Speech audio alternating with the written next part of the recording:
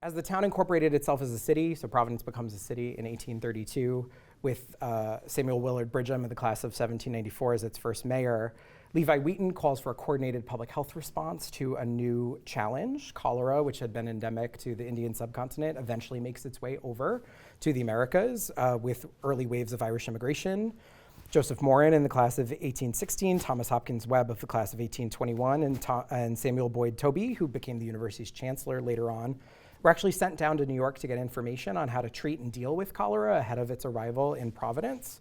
And Mauran would actually convene the Board of Physicians that coordinates timely reporting of cases and deaths when the deaths first occur at a house on Fields Point on the west side of the city in 1832. That tract of land where that house was located, where that first cholera case was diagnosed, is actually now the home of the Danoff Life Sciences Laboratory. So we're really quite literally standing on top of quite a lot of this public health history as we go.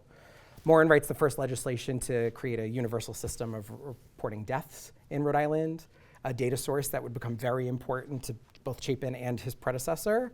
Edwin Miller Snow, class of 1845, who in his capacity working for a charitable medical organization called the Providence Dispensary is really caring for a lot of Irish immigrants who are in pretty unsanitary housing as they arrive fleeing the potato famine.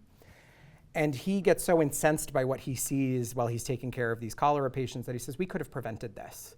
And he writes a pretty long missive that he files with the city council and says, you could have done better.